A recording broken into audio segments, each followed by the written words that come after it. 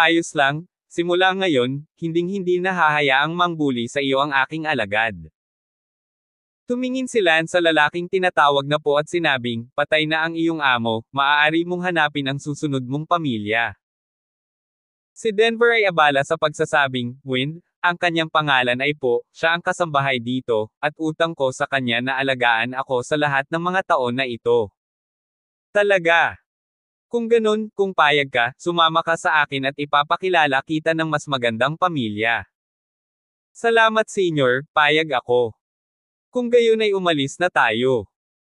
Hinayaan ni Lance ang kanyang Panginoon at si Po, na umupo sa likuran ni Little Fire, at pagkatapos ay tumulak. Para naman sa katawan ni Leishu, sinunog ito ni Lance hanggang sa naging abo sa isang apoy. Windy, bakit ka nagpakita dito? Paano mo ako nahanap? At nasaan ang mga sifu mo, mga kapatid? Abala si Denver sa pagtatanong. Sinabi ni Lance, Guro, lahat sila ay nasa Golden Silk City, babalik kami ngayon sa Golden Silk City, aabutin ng ilang buwan upang makabalik dito, dahan-dahan kong sasabihin sa iyo ang tungkol sa aming mga karanasan sa mga nakaraang taon. Pagkalipas ng 3 buwan, sa wakas ay dumating si Lance sa Golden Silk City, pangunahin dahil hindi pamilyar ang kalsada, kung hindi, mas mabilis itong makarating doon. Master, po, ito ang pansamantalang tirahan ko, Golden Silk City, ang pamilyang Golden Rock, bumaba na tayo, Shizun, senior brother, at lunar sister at ang iba pa, matutuwa silang makita kang muli na buhay. Pero, ang mukha ko. Hinawakan ni Denver ang kanyang disfigure na mukha. Inalo ni Lance, Guro, huwag kang matakot, sa palagay ko ay matutulungan ka ng asawa ng iyong guro na maibalik ang iyong mukha. Handang si Master na papangitin ang kanyang sarili upang maprotektahan ang kanyang disipulo, ang dakilang kabaitan ni Master, at ang disipulo ay talagang hindi makaganti. Ito.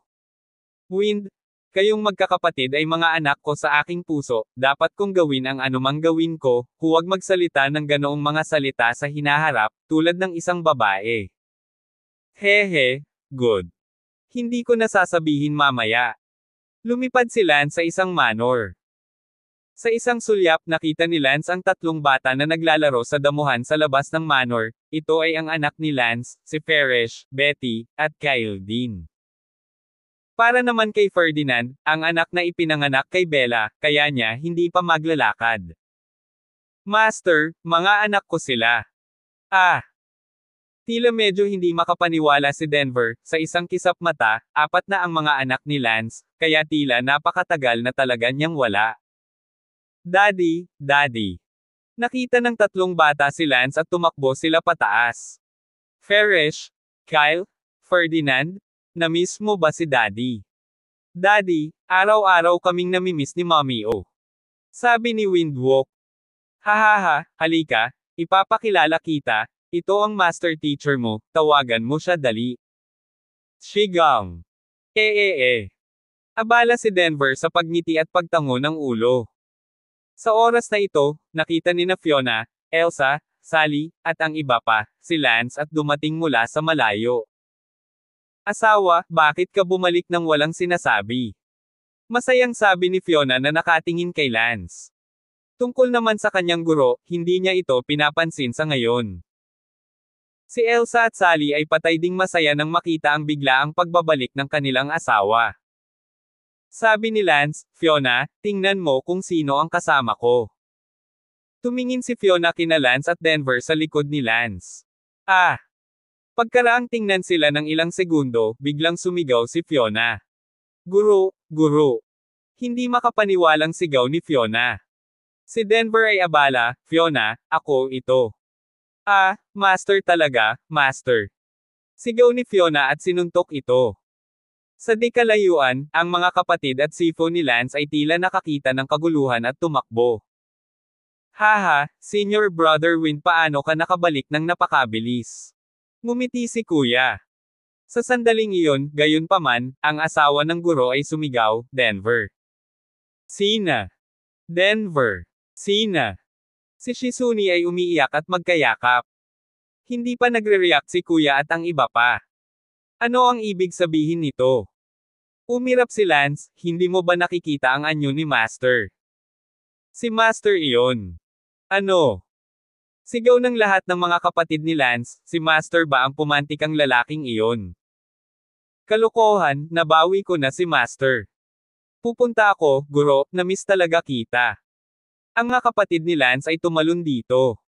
Napangiti si Lance, buti na lang at nakabalik na si Master. Noong mga araw na wala si Master, si Sina ay nag-iisa at miserable, ang magkakapatid ay labis na nadurog ang puso, ngayon ay mabuti at nakabalik na si Master, sa wakas ay hindi na kailangang maging malungkot si Sina. Noong gabing iyon, sa manor, nagdaos si Lance ng isang engranding salo-salo sa pagtanggap upang ipagdiwang ang pagbabalik ng kanyang amo. Inimbitahan din ni Lance sina Yusuf at Lin Yu, ang buong pamilya ay puno ng tawanan at kaligayahan. Gabi na, natapos ang kapistahan, bago naghiwa-hiwalay ang malaking pulutong. Sa silid ng tiyahin, magkayakap ng mahigpit ang tita at ang amo, at pagkatapos ay parang tuyong apoy, ang pagsinta ay nag-alab sa buong silid. Nagpalipis ng gabi si Lance sa katabing kwarto ni Fiona. Narinig ni Lance ang kaguluhan at ngumiti. Namula si little sister at sinabing, "Anong tinatawa-tawa mo, tawang-tawa ka?" Malakas na sumigaw si Lance, "Shisha, sumigaw ka sa puso mo, hindi ka namin marinig, hahaha." Nagmamadaling tinakpan ni little sister ang bibig ni Lance at sinabing, "Anong ginagawa mo?" Hahaha. Tumawa si Lance hihihi at sinuntok si Fiona. Sa katabing pinto, medyo napahiya ang asawa ni Shifu nang marinig niya ang boses ni Lance, at tumawa si Shifu, ang lurk na ito. Sumigaw ang asawa ng guro, "Sinong nagsabi sa iyong mag-ingay ka, para marinig ito ni na Wind at Fiona?" Walang sinabi sa buong gabi. Kinabukasan, sa kainan sa umaga, si Shisyunyang at Master ay bumangon ng pinakabago, at nang ang lahat ay nasa kalagitnaan na ng huli si Shisyunyang ay dumating. Tumawa si Kuya Haha, "Sina, ngayong umaga ay mapula-pula na o, parang ilang taon kang mas bata." Ang asawa ng guro ay namula at sinabing may masamang tingin. "Mason, sa tingin mo ba ay lumaki ka na at hindi ka kayang alagaan ng asawa ng guro?" "Oo. Shisyunyang, mali ako." Naghiyawan at nagtawanan ang lahat. Umubo si Master at agad na tumahimik ang lahat, itong atmosphere, parang bumalik ito noong nasa Divine Dragon Mountain kami. Si Lance ay nakaramdam din ng hindi kapani-paniwalang kasiyahan sa isang sandali, hindi ba ito ang uri ng kaligayahan na kanyang pinaghirapan? Tungkol sa kanyang sariling ina, hindi pa sinabi ni Lance sa lahat, dahil hindi pa ito ang tamang oras. Simula noon, tumira na rin ang Master sa Golden Rock family, at ang mukha ng asawa ng guro, araw-araw ay napuno muli ng isang cute na ngiti. Ang asawa ng guro ay dating isang inosente, sa lahat ng oras na babae, ngunit mula noong aksidente ng Master, nagbago siya, at ngayon, magbabago na siya sa orihinal niyang anyo. Tuwang-tuwa si Lance at ang kanyang mga kapatid na makita ito. Sa isang kisap mata, si Lance ay gumugol ng isang taon sa bahay. Ang anak na babae ni Lance, si Farish, ay 5 taong gulang na, at ang iba pang mga bata, 1 taon na mas bata sa bawat isa. Kapansin-pansin, si Sarah ay buntis at 2 buwan na. "Kuya Lance, magiging nanay din ba ako?" "Sarah, buti na lang. Ano? Hindi ko gusto ang itsura mo." No, it's lost. Parang hindi pa ako natutong maging nanay." "Idiot, matututo ka sa kanila, hahaha." Tumawa ng malakas si Lance, at dumating ang ika-5 anak. 1352. Gayunpaman, ang magagandang panahon ay hindi nagtagal. Noong 5 buwang buntis si Sarah, may dumating mula sa Lonely Soul Organization. "May tigre sa bundok na alam. Pabor sa bundok ng tigre, sabihin mo sa akin, ano ang gusto mong makita sa akin sa oras na ito?" Tanong ni Lance. "Bullhead, ito ay isang takdang aralin para sa iyo mula sa itaas." Kinuha ni Clayton ang isang hindi pa nabubuksang liham kay Lance. Ang pagbubukas ng liham ay tinataka ng isang espesyal na uri ng pandikit. Binuksan ni Lance ang sobra. Mission, pumunta sa Royal Academy of the Great Martial Empire at patayin ang anak ng Zoroastrian Vice Patriarch na si Preston. Ngumiti si Lance, mayroon pa bang detalyeng gusto mong idagdag? Paano ko malalaman kung sino si Preston? Ikaw ito, kung kilala mo kung sino si Preston, ano pa ba ang kailangan mong gawin, ako na lang ang pupunta doon, hindi ba? Gayun din.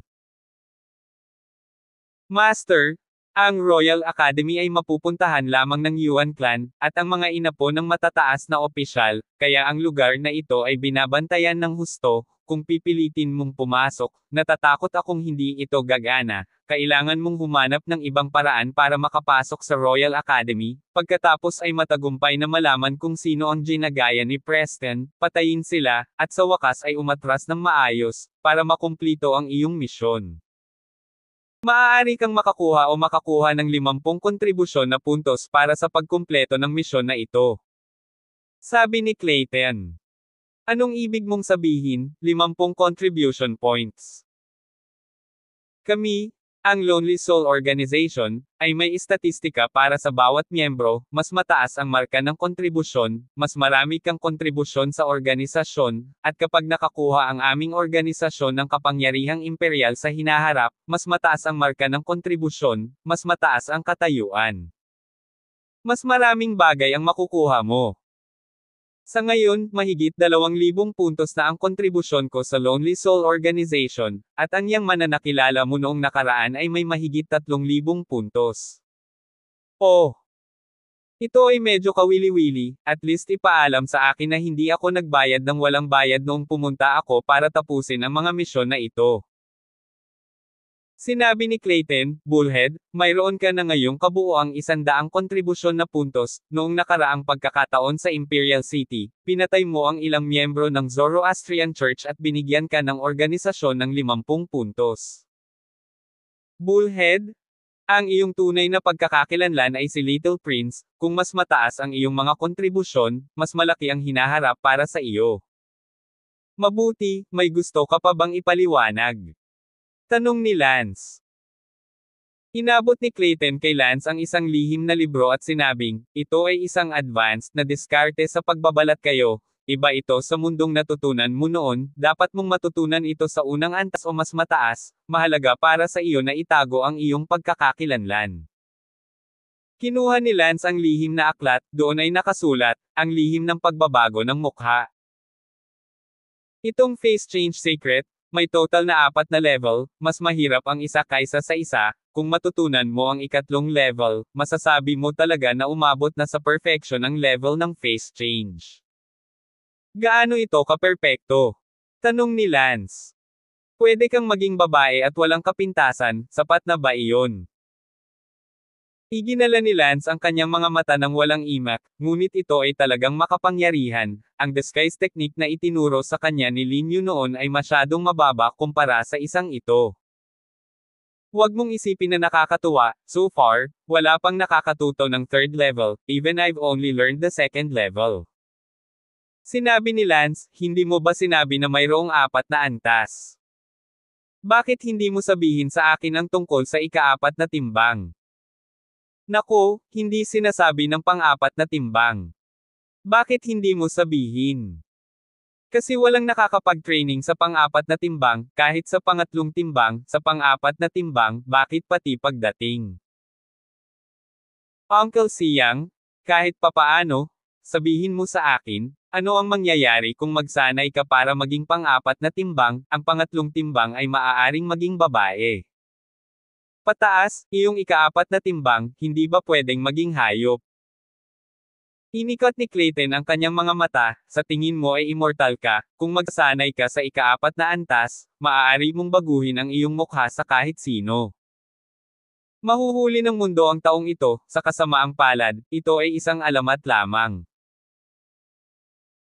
Sa loob-loob na sinabi ni Lance, para sa mga martial arts secrets, lagi kong natutunan ang mga ito sa pamamagitan lamang ng pagtingin sa kanila mula pa noong bata ako, kahit anong martial arts secrets ay natutunan ko na ang mga ito sa pamamagitan lamang ng pag-aaral nito, hindi ko alam kung matututuhan ko ang ika-4 na antas ng lihim na pagbabago ng mukha na ito. Hindi na nagsalita ng kalokohan si Lance kay Clayton at binuklat ang sikreto mula simula hanggang katapusan. Pagkatapos basahin ito, sinabi ni Clayton, ngayong natapos mo na itong basahin, kung saan hindi mo naiintindihan, tanungin mo ako kaagad, mayroon akong limitadong oras. Sinabi ni Lance, hindi na kailangan, ang sikreto ay bumalik sa iyo. Ano? Wala ka bang tiwala na matutunan ang unang antas? Bullhead, hindi ito ang kilala ko. Ngumiti si Lance, sa palagay ko natutunan ko na ang ikatlong antas, para sa ikaapat na antas, ito ay talagang mahirap, ngunit kabisado ko ang nilalaman ng sikreto. Bullhead, wala ako sa mood makipagbiruan sa'yo ng ganito. Sabi ni Clayton na may diretsyong mukha.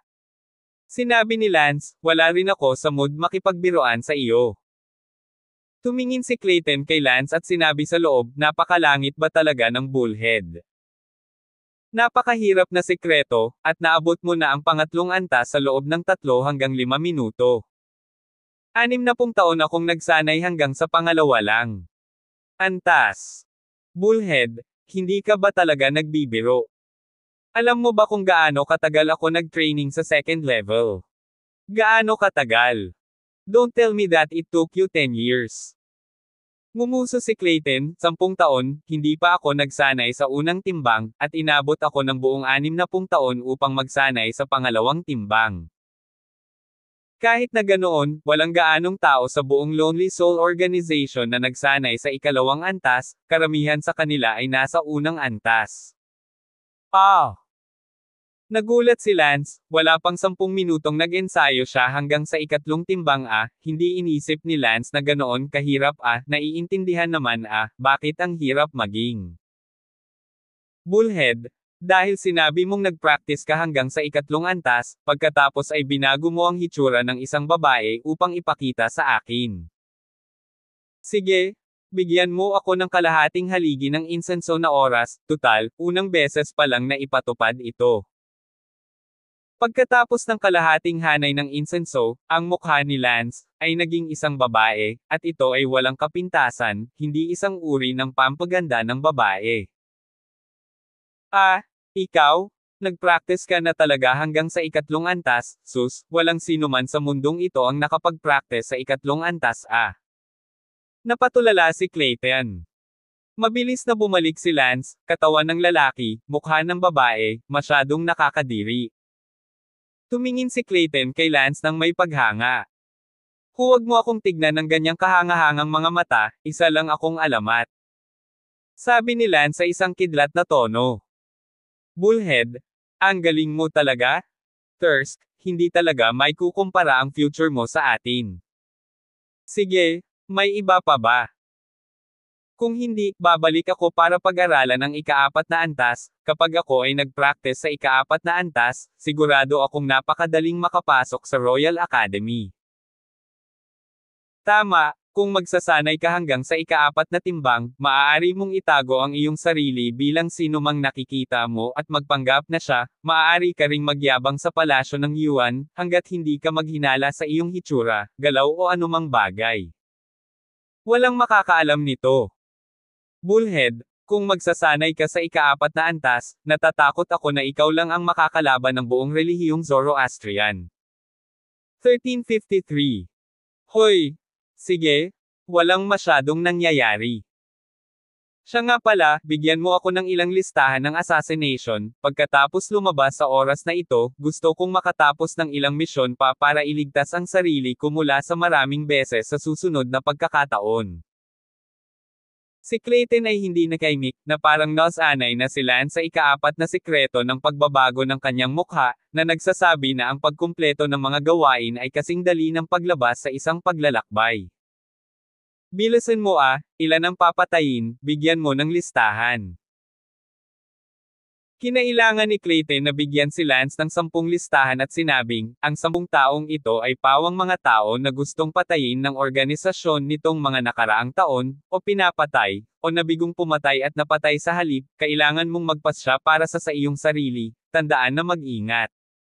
Okay. Umalis si Clayton. Ikinulong ni Lance ang sarili sa training room at nagsanay ng husto sa ikaapat na timbang. Ang ikaapat na bigat ng sikreto ng pagbabago ng iyong mukha, natatakot ako na ito ay isang bagay na lahat ng tao sa buong kontinente, pinangarap ng lahat, isipin na magagawang maging mukha ng sinuman, kung gaano kahusay na gawin ang mga bagay. Si Lance ay gumugol ng buong 3 buwan, at sa wakas, nasanay na siya sa ikaapat na antas ng secret change ng mukha. Haha, nag-practice ito? Damn, ang hirap talaga. Sa level ko, talagang tumagal ng 3 buwan, magtanong ka na lang sa iba, hindi sapat ang oras para magsanay. Kunin mo si Clayton pagdating niya dito, inabot siya ng 60 taon para sanayin ang pangalawang timbang, ang pang-apat na timbang, dapat itong maging 10 beses na mas mahirap, kahit 100 beses na mas mahirap, pagkatapos ay sa kanyang antas, aabutin siya ng higit sa 600 taon, ngunit paano siya magkakaroon ng ganoon katagal na habang buhay, kaya walang ibang tao sa mundo ang nag-practice nito. Agad na sinubukang baguhin ni Lance ang kanyang mukha. Maaaring kontrolin ni Lance ang bawat daluyan ng dugo, bawat ugat, bawat kalamnan, maging ang bawat buhok at bawat butas ng kanyang katawan ayon sa kanyang kalooban, kaya maaaring mag-transform si Lance sa isang tao ayon sa kanyang imahinasyon. Tanging, ang sikretong pagbabagong ito ng mukha ay hindi isang Diyos. Pagkatapos ng lahat, at ang Lance ay maaari lamang magbago sa 80% hanggang 78% na pagkakatulad. Kung mas pamilyar ka sa taong iyon, mas mababago mo ang iyong mukha upang maging katulad niya, na may pinakamataas na pagkakahawig na umaabot sa 78%, 78% ay halos magkatulad na. Agad na binago ni Lance ang kanyang sarili, sa hitsura ng kanyang Kuya Mason, at pagkatapos ay lumabas ng practice room. Nang makaharap niya si Fiona, tumawag si Fiona, "Kuya, 3 buwan na ang nakalipas mula nang matapos ang aking yugto sa pagsasanay." Ay, hindi ko alam. Sabi si Lance, kahit ganoon din ang tunog. Nako, iiwan ko muna siya. Si Lance ay bumangga muli sa kanyang Panginoon. Mason. Guro.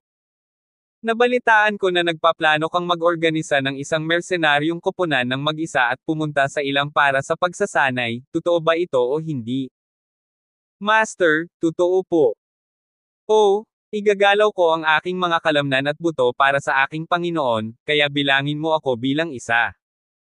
Ah! Tumawa si Master at naglakad palayo. Kahit si Master ay hindi nakita kung si Lance ay totoo o hindi. Nagpatuloy si Lance sa paglalakad. Sa sandaling iyon, tumakbo ang 3 maliliit na lalaki. Daddy, Daddy, Daddy. Nahiya si Lance dahil ang 3 lalaki na tumatakbo ay ang 3 anak ni Kuya. Mapalad si Kuya sa pagkakaroon ng 3 anak na lalaki. Og! Medyo na-guilty si Lance. Ikaw at ako ay hahanapin si Parrish, Kyle, Ferdinand at ang iba pa na makakapaglaro. Sabi ni Lance. Tay, si Ferdinand ay pinalo ng kanyang ina. Bakit mo sinampal si Ferdinand? Sabi ni Lance sa kanyang puso, Bella, ang lakas ng loob mong paluan ang anak ko. Dahil hindi siya magaling kay Ferdinand. Sabi ni Lance, mula ngayon, dapat maging magaling din kayo, kung hindi, sasampalin din kita Sige, maglaro na kayo. Tumakbo ang 3 bata. Lumakad si Lance sa isang sala. Sa sala, mag-isa si Mason na umiinom ng tsaa at nagbabasa ng libro. Nang pumasok si Lance, natigilan si Mason.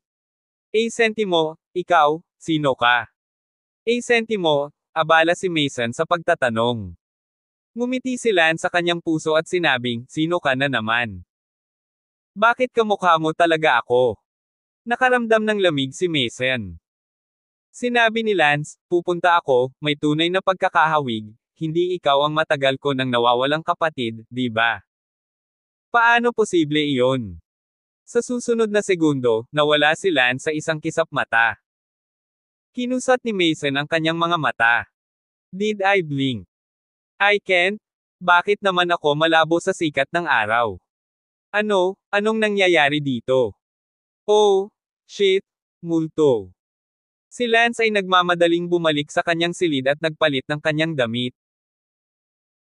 Walang masabi si Lance sa sinuman sa mga miyembro ng kanyang pamilya tungkol sa kanyang pagsasanay sa ika-4 na bigat ng sekreto ng pagbabago ng kanyang mukha, dahil ito ay isang bagay na napakahalaga at si Lance ay hindi na muling mababago sa kanyang sariling mga miyembro ng pamilya. Nakaramdam ng pananakit si Lance sa buong katawan niya matapos magpalit ng sarili niyang mukha, at nasaktan siya ng kalahating buwan bago siya gumaling. Lumalabas na ang pagpapalit ng iyong mukha ay hindi masyadong masaya, nakakasira ito sa mga tisyo ng iyong katawan, at ito ay isang bagay na dapat mong gamitin ng matipid sa hinaharap kung ito ay hindi isang kinakailangang sitwasyon. Pagkatapos noon, nanatili si Lance sa bahay ng ilang araw, pagkatapos ay gumawa ng dahilan para umalis ng bahay, kasama ang Little Fire at dumiretso sa kanyang destinasyon, ang Great Martial Empire, ang Royal Academy. Pagkalipas ng ilang buwan, dumating si Lance sa Royal Academy. Dahil ang paghahanap kay Preston ay hindi isang bagay na nangyari ng sabay-sabay, kinailangan ni Lance na maghanap ng pagkakakilanlan upang makapasok sa Royal Academy. Mabilis na nagpasya si Lance sa isang target. Nahuli ni Lance ang isang anak ng Yuan clan na tinatawag na Yuan Z, pagkatapos ay pinilit siyang tanungin siya sa loob ng 3 araw at 3 gabi upang matukoy ang ilan sa impormasyon ng pagkakakilanlan ni Yuan Z, at sa wakas ay binago ang kanyang mukha sa Yuan Z at pumasok sa Royal Academy sa isang marangal na paraan. Haha! Napakasimple lang ng pagpasok sa Royal Academy kung hindi ko pa na-practice ang pang-4 na level ng sekreto ng pagbabago ng mukha ko, baka mag-effort pa ako para makapasok sa Royal Academy, not to mention. Nakailangan ko pang alamin si Preston pagkatapos pumasok. Dumating si Lance sa harap ng isa sa mga dormitoryo ng Royal Academy. Ito ang dormitoryo kung saan nakatira si Yuan Z, 3 araw at 3 gabi si Lance, kaya natural na alam niya ang lahat ng pangunahing impormasyon tungkol kay Yuan Z. Pumasok si Lance sa dormitoryo ni Yuan Z. Yo, bumalik ka na. Bilasan mo, halika at pisilin mo ako. Binubuli siya ng 2 kasama ni Yuan Z. Naunawaan din ng Lance na ito na bagamat si Yuan Z ay anak ng Yuan clan, hindi mataas ang kanyang status, kaya hindi maiiwasang mabuli siya ng ilan sa iba pang mga anak ng Yuan clan. Bang! Bang! Sa sumunod na segundo, lumipad palabas ng dormitoryo ang 2 kasama.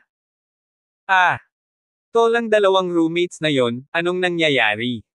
Paano naging malakas si Yuan Z? Nakangiting lumabas ng dormitoryo si Lance at sinabing, kung maglakas loob kang ay bully ulit ako sa hinaharap, huwag mo akong sisihin sa pagiging masungit, umalis ka. Yuan Z, ikaw? Hindi ba't nasa unang bahagi ka ng Ancestor Realm? Bakit napakalakas bigla? Ancestral Realm? Ha? Natigilan si Lance. Tumingin si Lance sa napakalaking Royal Academy at sinabi sa kanyang puso, napakaraming tao, hindi ko alam kung sino ang anak ng Vice Patriarch ng Zoroastrian Fire Cult, ano ba, talagang hindi madaling hanapin ang Wang na iyon. Pumasok din si Preston bilang isang impostor at gustong gamitin ang mga mapagkukunan ng pagtuturo ng Royal Academy para sa kanyang sariling paggamit, paano ko siya mahahanap? Noon lang, nakita ni Lance ang isang magandang babae sa di kalayuan. Napakagandang babae, mukhang siya ang sinabi ni Yuan Z, ang magandang prinsesa na nagngangalang Yuan Xiang. Ang angkan ng Yuan, at ang aking angkan ng Xiang ay sinumpa ang mga kaaway, iniisip ko kung dapat ba nating samantalahin ang pagkakataong masira ang ilang mga prinsesa. Isang masamang kaisipan sa loob si Lance Zimmer. 1354. Hehe. Umalis si Lance sa dormitoryo, na sinundan ng Prinsesa Yuan Xiang na iyon. Pupunta si Prinsesa Yuan Xiang sa Little Bamboo Forest araw-araw para magsanay ng martial arts, at ngayon ay walang exception. Kaya lang hindi alam ni Prinsesa Yuan Xiang na may sumusunod sa kanya, isa lang siyang early clan master. Swoosh! Agad na nagsimula si Princess Yuan Xiang sa pagsasanay ng martial arts. Napansin ni Lance na walang ibang tao sa kakahuyan. Hehe. Umakyat si Lance. Yuan Z, anong ginagawa mo dito? Galit na saway ni Princess Yuan Xiang. Yuan Xiang, hindi masama, Talagang mainitin ang ulo at magandang katawan. Sabi ni Lance. Sinampal ni Prinsesa Yuan Xiang si Lance nang biglaang sampal. Hinawakan ni Lance ang kanyang palso at sinabing, Yuan Xiang, walang lalaking may gusto ng ganoong kagaspang. Yuan Zi, ang lakas ng loob mong maging bastos sa akin, anak ka ng marginal branch ng Yuan clan, naniniwala ka bang hahayaan kong mamatay ang buong pamilya mo? Umungol ang magandang prinsesa. Itong Yuan Purple na ginagaya ni Lance ay isang napaka-marginal na anak ng Yuan clan, kung tutuusin, ang buong Yuan clan royal family, masyadong maraming tao, tinatayang ang pagsasama-sama ng lahat ng apelyido ng Yuan, halos 100,000 na tao. Noon, ang Shang clan ni Lance ay mayroon ding mahigit 100,000 Shang clan na anak, ngunit nang maglaon, matapos mapatalsik ng Yuan clan, sila ay minassacre, hindi bababa sa mahigit 70,000 Shang clan children ang namatay sa ilalim ng butchering knife ng Yuan clan. 70,000 Shang clan ang kapantay nakakatakot isipin si Lance, kung gaano kaitikot ang ulong iyon. Kaya naman, buntot ni Lance ang Prinsesa Yuan Xiang na ito, dahil napakaraming miyembro ng Shang clan ang talagang pinatay ni Yuan, na ginagawang mawala ang hustisya sa puso ni Lance sa harap ng ganoong puot. Pa! Sinampal ni Lance si Prinsesa Yuan Xiang sa lupa. Ikaw, ang lakas ng loob mong saktan ako. Hindi makapaniwalang tumingin si Princess Yuan Xiang kay Lance, ngunit siya ay anak ng Yuan clan, ang core ng clan, at ang kanyang katayuan ay dapat na mas mataas kaysa sa mga bata sa gilid. Tiningnan ni Lance ang kaakit-akit na poster ni Yuan Xiang, ang kanyang puso ay nagkagulo. Kapag na-offend na ang Prinsesa Yuan Xiang na ito ngayon, tiyak na dapat patayin ang taong ito, kung hindi ay mahahanap niya ako ng problema pagkatapos, kahit na maaari kong baguhin ang hitsura ng isang tao, mahirap gawin ito, at nahirapan akong maging pamilyar sa aking sarili. Ang pangunahing impormasyon ng pagkakakilanlan ni Yuan Zi. Ngunit, bago ko siya patayin, dapat ba? Si Lance ay medyo napunit sa loob. Puff! Tumaas ang kamay ni Lance at pinutol ang ulo ni Prinsesa Yuan Xiang ng isang laslas. Basta, patayin mo na lang. Walang ginawa si Lance sa huli. Bumalik si Lance sa dormitoryo. Lihim na sinabi ni Lance, ang dalawang anak ni Yuan sa dormitoryo ay dapat ding patayin, oo, patayin. Bang, bang. Pinatay din ni Lance ang dalawang Yuan na anak ng dormitoryo, ang buong Royal Academy, 80% sa kanila ay mga batang Yuan. Gayunpaman, upang maiwasang magdulot ng hindi kinakailangang gulo, itinapon ni Lance ang mga bangkay ng dalawang Yuan sub-disciple sa ibang lugar. Bumalik si Lance sa training ground. Ang training ground na ito ay medyo katulad ng klase ng Martial Field Classroom sa Martial Arts Academy. Nagsisimula na ang klase ng Martial Field.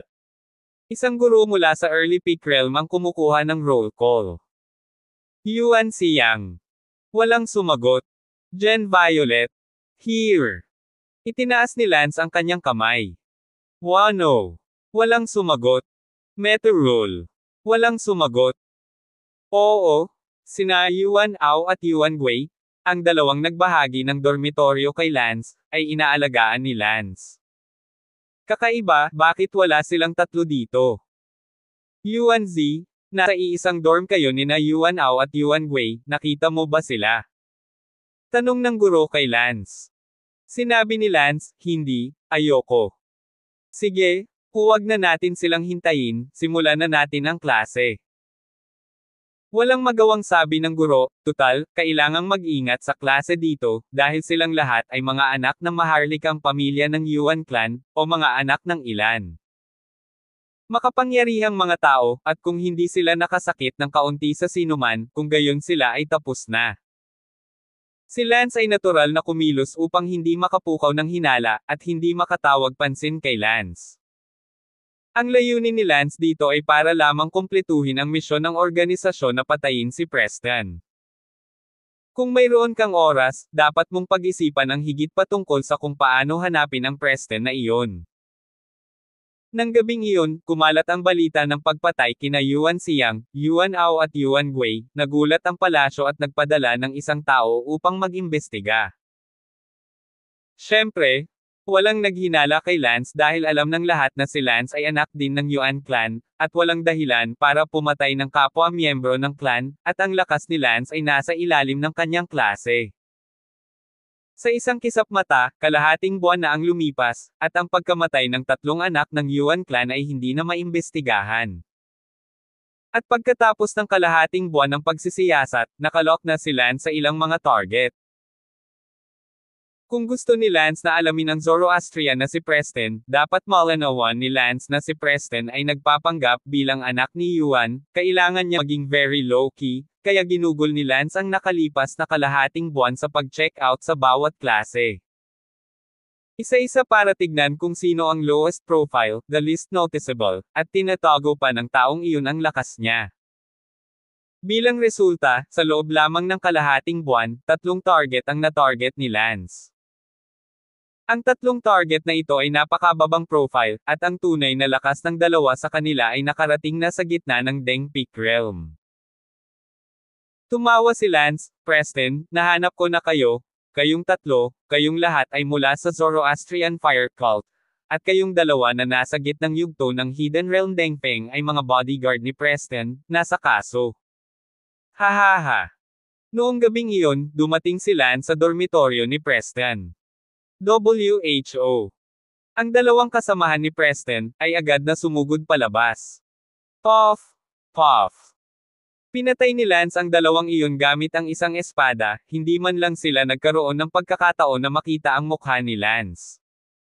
Ngumuso si Lance at pumasok sa dormitoryo. Ikaw, anong ginagawa mo? Sa dormitoryo, isang batang lalaki ang tumingin kay Lance nang may takot, ang batang ito ay nasa gitnang kaharian ng angkan. Sinabi ni Lance, ano sa palagay mo?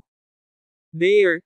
Isa akong Yuan clan royal son, maglakas loob kang subukang hawakan ako. Hahaha, magaling na royal descendant, huwag mo akong sabihin sa iyo, ang pangalan mo ay Preston. Nagbago ang mukha ng bata. Hindi ako.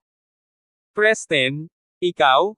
Isang anak ng isang Zoroastrian vice patriarch, ang lakas ng loob mong pumunta dito. Sinubukan ni Preston na tumakas. Poof! Hinampis siya ni Lance ng kanyang espada hanggang sa mamatay. Walang pakialam nang umiti si Lance, sa nakalipas na kalahating buwan, kumpletuhin ang unang misyon. Pagkatapos, naanod si Lance, hindi na kailangan pang manatili sa Royal Academy.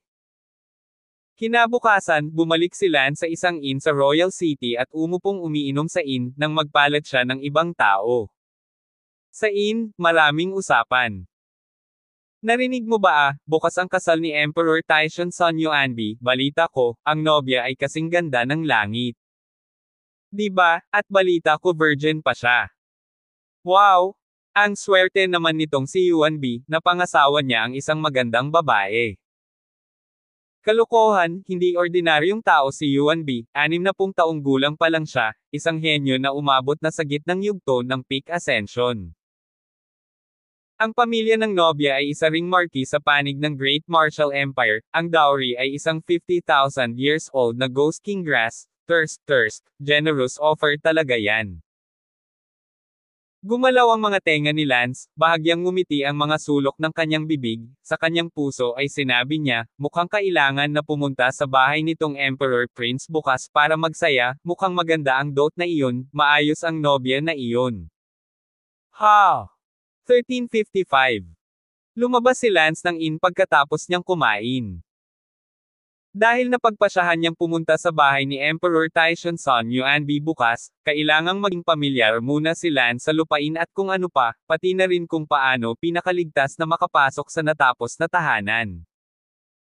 Nagbalat kayo si Lance bilang isang pulubi, at pagkatapos ay natagpuan ang tirahan ni Emperor Taishan Sun Yuanbi. Ang tirahan ni Yuanbi ay pinalamutian ng mga parol bilang paghahanda sa malaking kasal bukas. Si Lance ay tumingkayad sa hindi kalayuan sa tirahan, na may mangkok sa harap niya. Klang! Isang barya ang inilagay sa mangkok sa harap ni Lance. Salamat, mabuting tao. Walang ingat na sabi ni Lance. Ang layunin ni Lance na magpanggap na pulubi dito ay upang maging pamilyar sa lupain, at bagaman napakatalino ng pagbabalat kayo ni Lance, hindi ito walang kapintasan, kaya kailangang mag-ingat si Lance.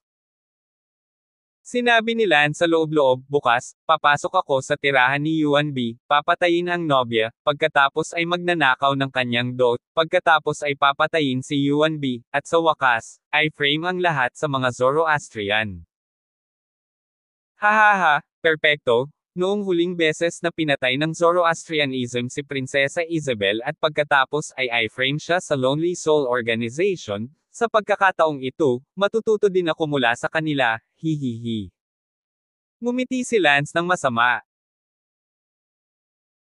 Oo, ang pagkilos ni Lance ay talagang napakasama, hindi nakakagulat na ang matandang si Clayton ay nagsabi noon na nalaman ni Lance ang ika-4 na sekreto ng pagbabago ng kanyang mukha, ang isang tao ay maaaring harapin ang Zoroastrianism, sa katunayan si Lance ay binabalangkas ang Zoroastrianism sa bawat oras sa hinaharap, ang Yuan clan ay nasusunog, at tiyak na ibibigay ang kanyang lahat para harapin ang Zoroastrianism.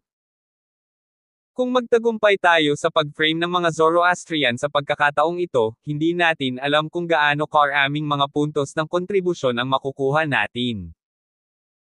Sa sandaling ito, lumabas ang likod na pinto ng mansyon ni Yuan B, isang grupo ng mga kasambahay, na tila naghahanda na pumunta sa kalye para bumili ng mga gamit. Agad silang sinundan ni Lance. Pagkarating sa kalye, kinaladkad ni Lance ang isa sa mga kasambahay papunta sa eskinita sa isang sulok. Siyempre, hindi iyon iniisip ni Lance, sa halip ay gumawa siya ng isang nakabibighani na aksyon sa dalagang ito. Ang dahilan kung bakit hinahanap ni Lance ang singsing na babae para gawin ito ay dahil ang nakakaakit na pamamaraan ni Lance ay maaari lamang mabigla sa mga nasa ilalim ng Soul Master Realm. Anong pangalan mo? Ang pangalan ko ay Little Flower. Yan, ang big wedding ni Genby bukas, di ba? Oo. So, ano ang pangalan ng nobya ni Genby? Fresh Branch ang tawag dito. Guwapo ba talaga? Oo, napakaganda, baliw sa kanya ang ating munting prinsipe. Balita ko ang Dot ay isang 50,000 years old what have you grass? Ghost Kingdom mo. Sino yun Genby? Gaano kalakas ang martial art? Ang aming munting prinsipe, ay isang top-notch henyo, mahal ng Crown Prince, siya ay lubos sanay sa martial arts at guwapo, siya ay isang perpektong pares sa Fresh Branch County. Ngumuso si Lance, ipapaalam ko sa iyo kung gaano ito kaperpekto bukas. Nagtanong muli si Lance, ano ang status mo sa bahay? Ako ang kasambahay sa likod bahay ng munting prinsipe. So, libre kang pumasok sa kwarto ni Genby.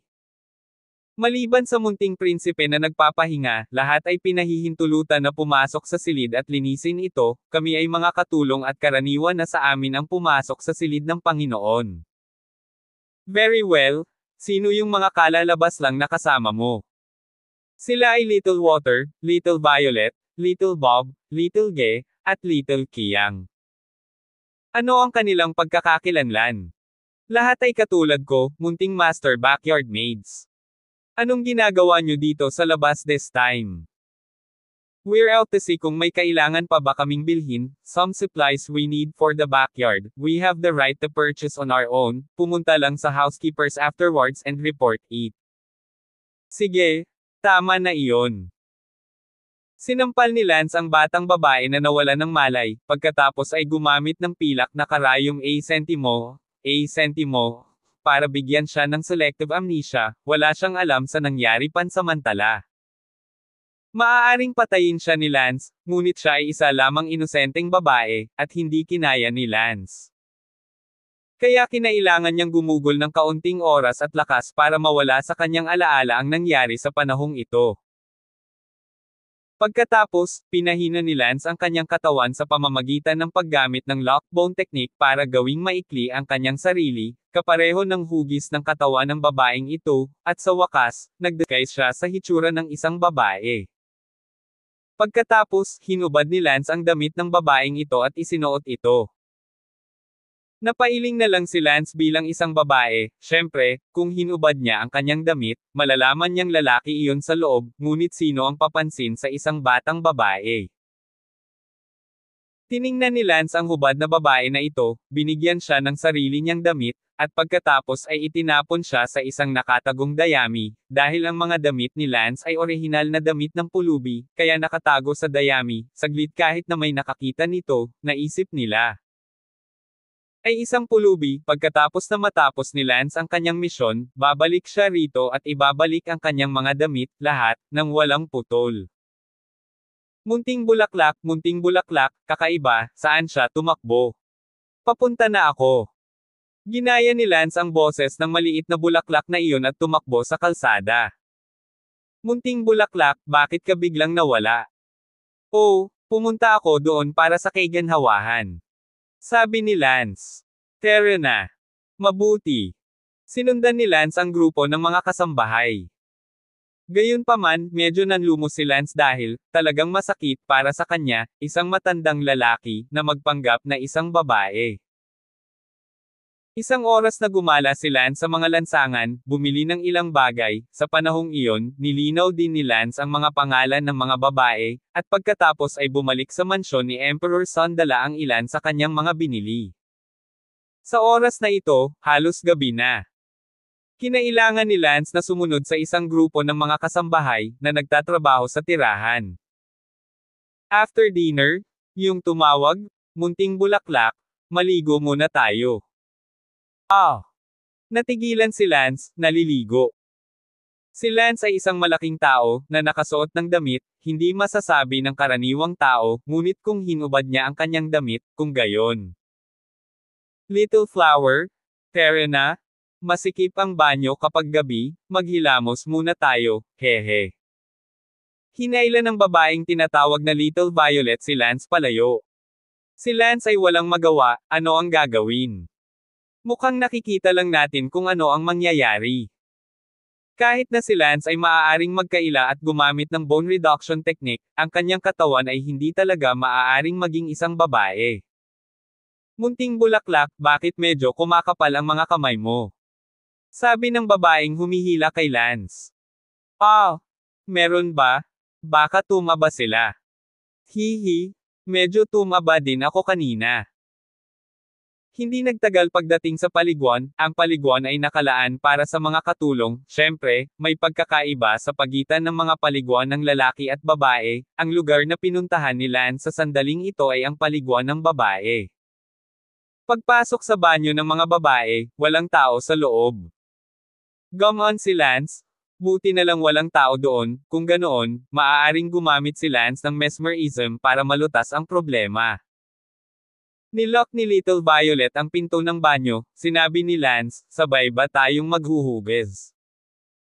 Or else, mas mabilis ang paglalaba, lahat tayo babae, ano ba ang kinatatakutan mo, tsaka hindi naman ito ang unang beses nagnawa natin to. Pagkasabi nun ay nagsimula ng maghubad si Violet ng damit. 1356. Napabuntong hininga si Lance, nakalock pa rin ang pinto, kaya hindi mahalaga. Ngumiti si Lance hihihi. Nang tumalikod si Zira, halos mapasigaw siya, literal na naiihi siya ng maliit na bulaklak, sa kanyang harapan. Agad na tinakpan ni Lance ang kanyang bibig. Huwag kang magsalita, tinatrato muna ako bilang isang maliit na bulaklak ngayon. Gumamit si Lance ng isang nakakabighaning pamamaraan. Oo. Sige, maligo na tayo. Manam, okay. Si Lance at Little Violet, na nakaupo sa lababo ng banyo, si Little Violet ay gumalaw ng tamad, gamit ang isang kutsara upang kumuha ng tubig at ibuhos ito sa kanyang sarili. Tumingin si Lance kay Little Violet, bagamat katamtaman ang hitsura, hindi pangit o maganda, ngunit, kahit isang maliit na batang babae na wala pang 20, kaya kung ano sa ilalim ng mga mata ni Lance, paanong walang kalahating reaksyon si Lance? Shit! Walang katulad na panlulumo si Lance. Inisip ito ni Lance, ano man ang mangyari, at hinayla si Little Violet. Makalipas ang kalahating oras, lumabas ng banyo sina Lance at Little Violet. Sabi ni Lance, kakatapos lang namin maligo doon, ang proseso ng pagligo ay pareho lang ng dati. Oo. Sige, back to normal. Biglang bumalik sa normal si Little Violet, at parang hindi nangyari ang nangyari kanina sa banyo. Si Lance at Little Violet ay bumalik sa silid ng tagapaglingkod. Hindi nagtagal, sinabi ng isang kasambahay, "Munting Bulaklak, Munting Violet, ngayong gabi ay turn mo na maglingkod sa Little Young Master sa paliguan." Okay. Si Little Violet ay abala sa pagtugon, tinawag si Lance at dumiretso sa likod bahay. Ang puso ni Lance ay walang katulad na nanlumo, "Dam, hayaan mo akong pagsilbihan ang basurang Emperor Prince na iyon sa paliguan." Nagkaroon ng kaunting apoy si Lance, ngunit hayaan siyang mabuhay ng isang gabi pa ngayon sa ngayon. Pagdating nila sa likod bahay, ang mga lalaking kapamilyang iyon ay nagigib na ng mainit na tubig, isang balde na puno nito sa silid. Munting Bulaklak, malapit nang dumating sa silid ang Little Young Master, dali-daling dalhin iyong purple flocks para ikalat ito.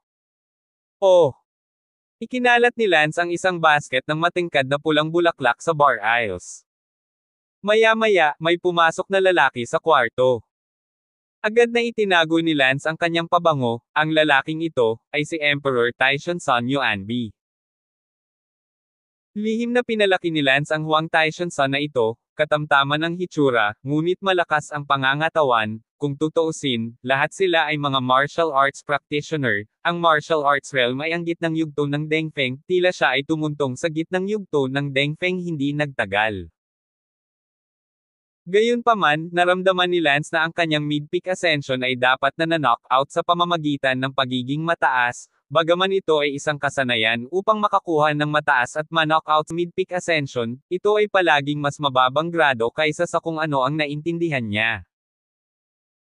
Kinain na ni Lance ang laman ng ilang kakaibang hayop noon, kaya walang dapat kutsain, ngunit ang karamihan sa kanyang mga kaharian ay naiintindihan ng kanyang sarili, kaya sa hinaharap ay tiyak na magiging mas matatag si Lance. "Handa na ba ang tubig?" tanong ni Lance. Bumalik sa munting prinsipe, "Humanda ka." Pagkatapos sabihin iyon, inilahad ang kamay ni Yuanbi at agad na umakyat si Little Violet para habarin siya, habang si Lance ay tumabi. Nagsalubong ang kilay ni Yuanbi na iyon, "Munting Bulaklak, bakit hindi mo tulungan ang aking hari na maghubad?" Halos sabihin ni Lance, "Pumunta ka sa impyerno." Gayunpaman, si Little Purple ay abala sa pagpapaliwanag, "Little Prince, Little Flower ay masama ang pakiramdam ngayon, hayaan ang alipin na maglingkod sa iyo ng mag-isa." Seeing as I'm going to get fresh branch tomorrow, hindi na ako makikialam sa kanya.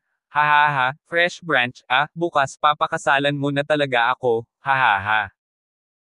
Yung Yuanbi na yun nakaupo sa barrel habang tumatawa, at hinihimas ni Zira ang likod niya. Si Lance ay nakatayo sa tabi sa buong oras, paano maglilingkod si Lance? Isang lalaking naliligo, mas gugustuhin ni Lance na tumira siya ngayong gabi, mas gugustuhin niyang wala ang Ghost King grass na iyon, kaysa gawin ito. Gayunpaman, kung bakit hinamak ito ni Lance ay ang ilalim ng Emperor Taishan Sun Yuanbi na ito ay napakaliit, sa labas. Medyo malakas siya, ngunit sa loob-loob niya ay napakaliit, tinatayang mas mababa sa ikatlong bahagi ng kay Lance. Isipin mo ito, kung ang bagong sanga na iyon ay pinakasalan siya bukas, ang ikalawang kalahati ng kanyang buhay ay itinuturing na hindi kaligayahan upang pag-usapan.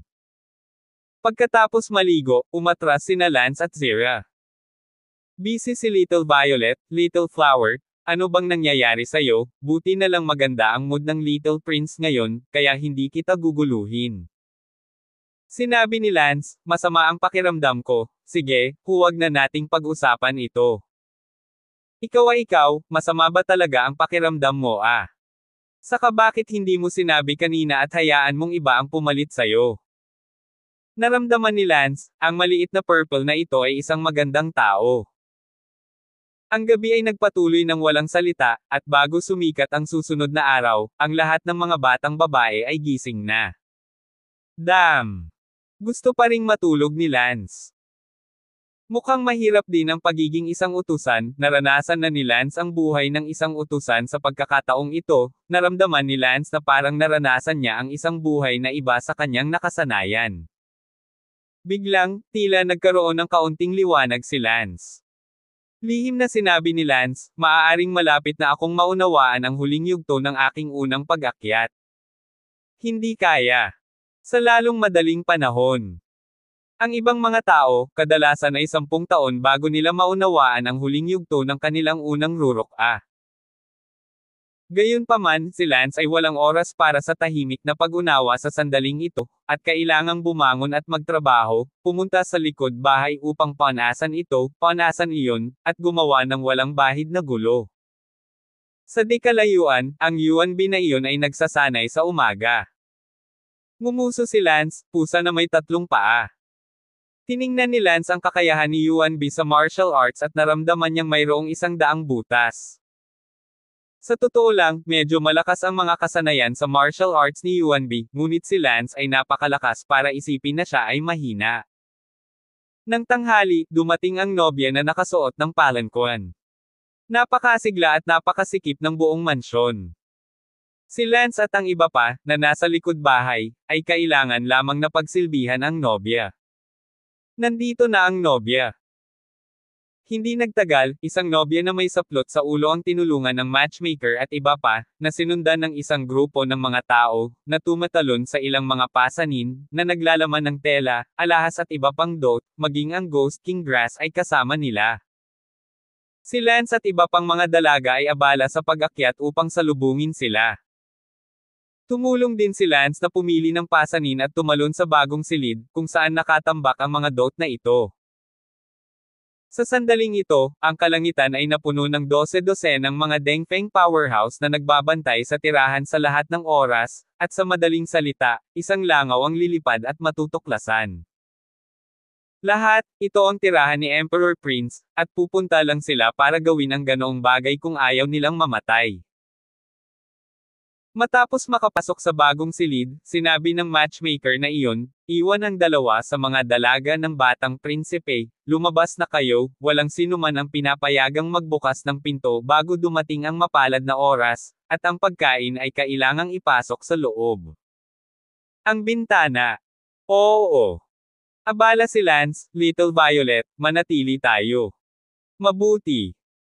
Medyo nag-aatubili na tumango si Zira, sa totoo lang ayaw niyang manatili, masyadong masikip para bantayan ang kwarto hanggang gabi.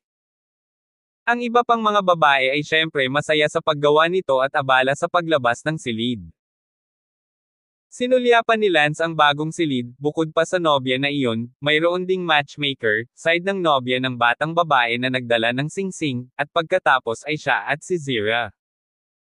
Ang matchmaker, ang bridesmaid, at Little Violet, ay maayos na naayos. Ang nobya, sa kabilang banda, ay madali ding pakitunguhan, dahil nasa maagang yugto pa lamang siya ng peak ascension, at hindi isang piraso ng cake para kay Lance ang pakikitungo sa kanya. Kaya lang, sa napakaraming malalakas na tao sa langit ngayon, magiging mahirap para kay Lance na umalis sa residence kung may gagawin siya ngayon. 1357. Naghintay si Lance sa silid hanggang sa gabi, at pagkatapos ay naghintay ng pagkakataon na gawin ito. Tinakpan ng nobya ang kanyang ulo, ngunit, sa loob ng kalahating oras, siya ay naiinip at gustong iangat ang takip. Ang matchmaker ay abala sa pagsasabing, Sheriff, hindi mo dapat tanggalin ng pribado ang takip, hindi ito mapalad, at hindi mo dapat hayaang tanggalin ito ng iyong asawa hanggang sa mapalad na oras ng gabi. Sinabi ng nobya na iyon, ako ay namamatay sa inip, hindi ko na kaya, gusto kong tanggalin ito, at kung sino man sa inyo ang maglalakas loob na sabihin kahit kanino, hindi ko siya patatawarin. Pagkasabi noon, ang nobya na iyon tinanggal ang takip. Nakita rin ni Lance ang mukha ng nobya ng sabay-sabay. Totoong okay ang hitsura, ngunit, malayo sa pagiging isang nakamamanghang kagandahan, sa opinyon ni Lance, okay lang, gaya ng naisip ni Lance. Ang kanyang katawan, gayunpaman, ay kasing init ng dyablo, na ginagawang gustong angkinan siya ng mga tao sa isang sulyap. Phew! Finally comfortable na. Inunat ng nobya ang kanyang likod. Sheriff, dahil nahubad na ang takip, ayos lang, pero ang kwarto, hindi mo ito maiiwan, kung hindi, kahit na walang pakialam ang munting prinsipe mo, kung may mabalitaan man sa palasyo, baka may pakialam si Lolo Crown Prince. Sige, alam ko, hindi na lang ako lalabas ng kwarto. Pero, ang boring talaga, kailangan ko pa bang maghintay hanggang ngayong gabi? Oo, ito ay lamang sa mapalad na oras ng gabi, kapag ang kanyang kamahalan ang pinakabatang prinsipe ay maaaring makapasok sa silid ng kasal. Ang tagal naman nito, aba, paano na? Sabi nung nobya. Si Lance at Little Violet ay tahimik na nakatayo sa gilid. Naghihintay si Lance sa pag-atake ng gabi, masyadong maaga kung sakaling magbago ang sitwasyon. Sa sandaling iyon, ang nobya na iyon ay tumingin kay Lance at sinabing, "Kayong dalawa, ano ang pangalan ninyo?" Balik sa prinsesa, "Ang pangalan ko ay Little Violet. Ang pangalan ko ay Little Flower. Let me ask you guys, meron ba kayong masasayang pampalipas oras?" Umiling si Violet. "Ano naman sayo?" Sabi ni Lance, "May alam akong masaya, ang tawag dito ay landlord. Nakikipag-away ang Panginoong may lupa." Isang naguguluhan na liwanag ang sumilay sa mga mata ng nobya, at tumingin siya kay Lance na may malalim na pagsimangot. Sinabi ni Lance, "Ito ay isang laro upang magpalipas ng oras, nangangailangan ito ng 4 na tao upang maglaro ng magkasama, ngunit kailangan ko ng 54, kasing laki ng palad, manipis na piraso ng kahoy na eksaktong pareho." Si Little Violet ay abala, "Kukunin ko ang isang tao at dalhin sila kaagad." Makalipas ang kalahating oras, ang bintana sa labas ay nag-abot ng 54 na piraso ng kahoy, na sa isang sulyap ay ginawa lamang. Kinuha ni Lance ang isang brush at gumawa ng isang simpleng deck ng mga baraha. "Sige, maaari ka nang magsimulang maglaro, ngayon hayaan mo akong ipaliwanag ang mga patakaran." Halos ipinaliwanag ni Lance ang mga patakaran ng poker deck, at pagkatapos ay siya at si Zira, ang nobya, at ang bridesmaid, silang 4 ay nagsimulang makipaglaban sa may-ari. Si Lance ay lasing nang maisip niya ito, ngunit tila si Lance ay talagang nena sa pakikipaglaban sa may-ari dito. Gayunpaman, sa pakikipaglaban ng Panginoong may lupa upang palipasin ang oras, si Lance ay hindi nababato, at ang oras ay sumapit ang gabi. Pagkatapos ng hapunan, hiniling ng nobya na ipagpatuloy ang pakikipaglaban sa may-ari. Pagkatapos, nagpatuloy ang bakbakan hanggang alas 9 ng gabi. Abala ang matchmaker na iyon sa pagpapaalala, "Sheriff, malapit na ang hour. Sige, hindi na maglalaro." Sabi ng nobya. Sinabi ni Lance, "Your Highness, ang matchmaker at ang iyong kasambahay, Little Lay, ay nagtrabaho ng husto buong araw, hayaan mo muna silang magpahinga, Little Purple at ako na lang ang maglilingkod sa iyo dito. Sige, magpahinga na muna kayo. Ito. Hayaan mo na lang." "Oo, salamat, Sheriff." Ang katulong ng nobya, si Little Lay, at ang matchmaker ay umalis sa silid upang magpahinga, naiwan sina Lance at Little Violet. Nakita ni Lance na malapit nang dumating si Inhay, at may ngiti na hihihi, sa loob-loob niyang sinabi, "Malapit nang magsimula." Bang! Sinampal ni Lance si Zira at nawala ng malay si Zira. "Ikaw, anong ginagawa mo? Who the hell are you?" Agad namang nag-iingat ang nobya na iyon, sa katunayan noong nakalaban niya ang may-ari ngayon, alam niyang may mali sa lalaking ito. Agad na nakontrol ni Lance ang nobya, isang maagang yugto ng Dengpeng, kontrolado pa rin ni Lance ang sitwasyon, at ngayon ay hinihintay niyang pumasok ang nobyo na si Yuan B. "Who the hell are you?" Tanong ng nobya, dahil kontrolado siya ni Lance at nakakapagsalita lang, hindi sumigaw ng malakas. Sinabi ni Lance, "Sa tingin mo, isa talaga akong kasambahay." "Ah, boses mo." "Oo. Lalaki ang boses ko, lalaki ako. Ikaw, sino ka ba?" "Hahaha, hindi mahalaga kung sino ako, kapag nakapag-contribute na ako sa Zoroastrian Church, hehehehe." Zoroastrianism, isa kang Zoroastrian, hey, no way. Maniwala ka man o hindi, sige, papasok na si Yuan B. Bang! Sinampal ni Lance ang nobya na walang malay, pagkatapos ay itinago ang nobya sa ilalim ng kama, nagpalit si Lance ng damit ng nobya, pagkatapos ay nagpalit ng anyo ng nobya, isinuot ang takip, at umupo sa gilid ng kama. Matapos maghintay ng maikling panahon, sumasanga, pumasok si Yuan B na may dalang alak. Hihihi fresh branch andito na ako hehehehe. Nakangiting sabi ni Yuan B. Pagkatapos ay isinara niya ang pinto at ibinagsak ang sarili sa gilid ng kama, at itinulak siya ni Lance. CNG, ano ka ba, asawa mo na ako, hindi mo pa rin ba ako pinapayagang hawakan ka ah? Sinabi ni Lance, ipikit mo ang iyong mga mata, lumingon ka at pumunta doon, huwag kang tumanggi.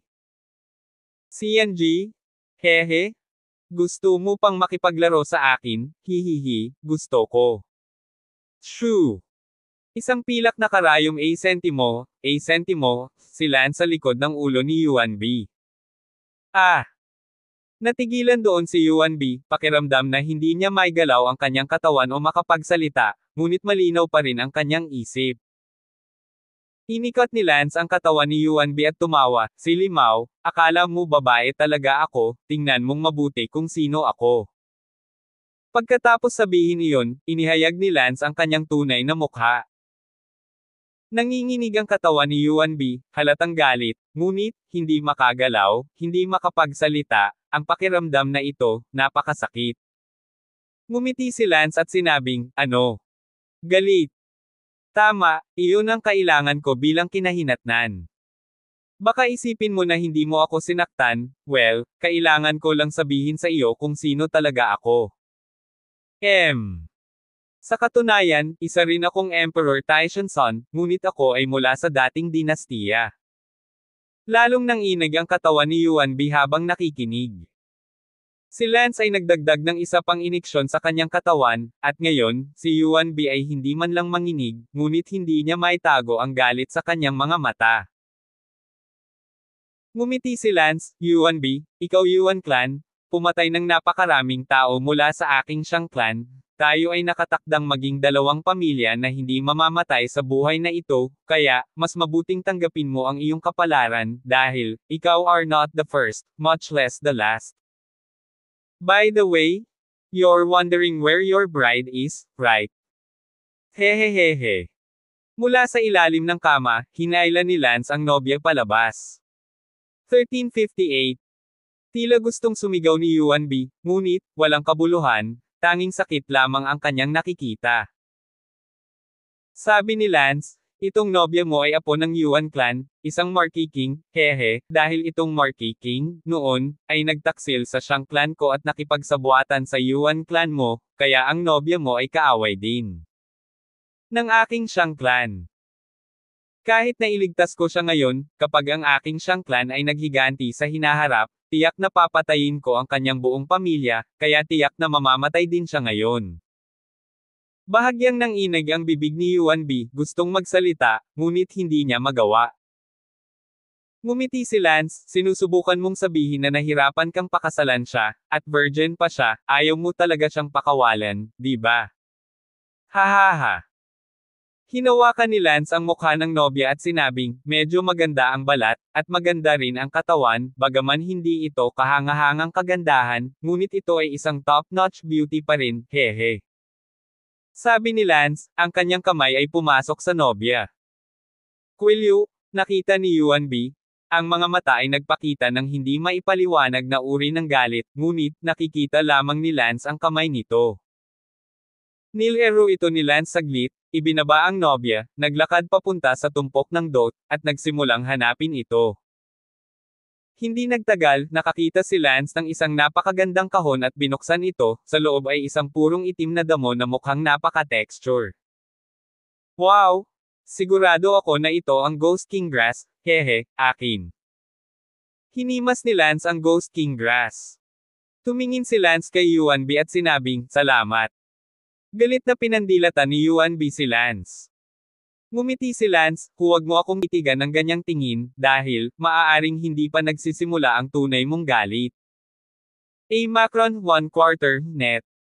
Tumingin si Lance sa nobya. Hindi alam ni Lance kung papatayin na lang ba ito, o kung paano ito ibababa. Kung tumulo man ito, medyo lumalaban si Lance sa loob, ngunit kailangang patayin ang babaeng ito, hindi makapili si Lance. Minsan, talagang naramdaman ni Lance na hindi siya isang babaero. Fuck! Open-minded. Umakyat si Lance at ibinaba ang kurtina sa kama, pagkatapos ay sinabi kay Yuan B, "I'm sorry, gusto ko ring pigilan ang sarili ko, pero, hindi ko kaya, ang gabi ng iyong kasal, I'll do it for you, you're welcome." Pagkatapos sabihin iyon, pumunta si Lance sa kurtina. Bumuga ng dugo ang bibig ni Yuan B. Ang hirap magalit. Makalipas ang halos 2 oras, lumabas si Lance sa kurtina. Sa oras na iyon, nakita ni Lance na dumudugo si Yuan B mula sa kanyang ilong at nasugatan ang kanyang mukha. Umakyat si Lance upang tingnan at nagulat siya. Oh my God! He's even, like, angry to death. Natahimik si Lance, dahil nasugatan niya ang kanyang sarili hanggang sa mamatay, may iligtas nito si Lance mula sa pagpatay sa kanya. Inalis ni Lance ang pilak na karayom A-sentimo, sa likod ng kanyang ulo, nakatayo pa rin doon ang katawan ni Yuan B, kakaibang nakakatakot. Nilinggan ni Lance ang nobya sa kama. Sa ilang mga punto, ang nobya ay nagising, ngunit hindi siya umimik. Nagulat si Lance at abala siya sa pagsuntok sa kanya upang takpan ang kanyang bibig, hindi inaasahan ni Lance na madyay gising siya, dahil siniguro ni Lance na nakatulog siya ng husto, imposibleng magising siya. Ikaw, kailan ka nagising? Gulat na tanong ni Lance. Tiningnan ng nobya ang kanyang katawan at alam niyang nangyari na ang lahat. Wala kang kahihiyan. Naku, pasensya na kung sino ang naglagay sa atin sa magkabilang gilid ng bakod. Lance, bastard ka? Noong araw na binigkas mo ang mga salita ng may-ari, naisip ko kung ang mundo ay may landlord din, pero hindi ko inasahan na ikaw pala, at naging babae ka. Ikaw, sino ka? Nagulat si Lance, hindi niya ipinahayag ang pangalang Lance, ang mga nakakaalam na siya si Lance, maliban sa mga miyembro ng pamilyang iyon, ay mula sa ibang mundo. Nakita ni Lance ang katawan ng nobya, napakainit, at biglang may naisip. Ikaw si Yvonne. Nabaluktot ang mukha ng nobya at unti-unting napalitan ng ibang mukha, ito ay si Yvonne. Bukod dito, dati siyang walang laman sa itaas ng kanyang ilong, na nagpapakita ng mga puting buto, ngunit ngayon, ito ay buo, at pagkatapos niyang mabawi ang kanyang tunay na mukha, siya ay higit sa 10 beses na mas maganda kaysa sa hitsura ng nakaraang nobya. How could it be you?